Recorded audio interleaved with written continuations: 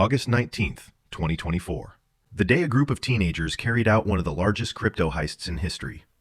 20-year-old Malone Lamb, 18-year-old Veer Chittal, 21-year-old Jandil Serrano, along with Danish Khan and Chen, chose a man named Genesis as their victim. He had no idea that within just a few hours, he would lose $230 million in Bitcoin, 4,064 BTC. How did they pull it off? Were they brilliant hackers? No, it was much simpler than that. It all started with a call from what appeared to be Google support.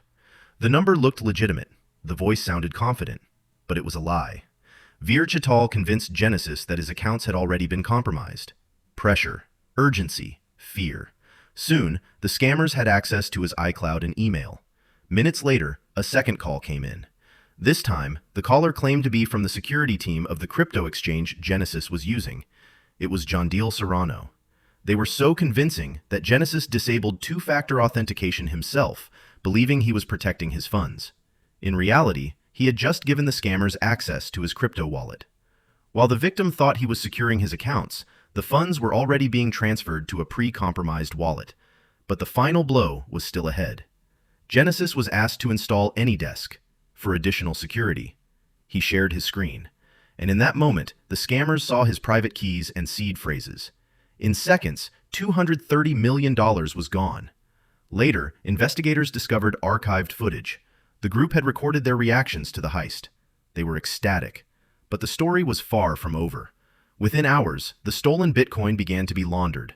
Funds split into smaller amounts, routed through 15 different crypto exchanges, days of non-stop transactions.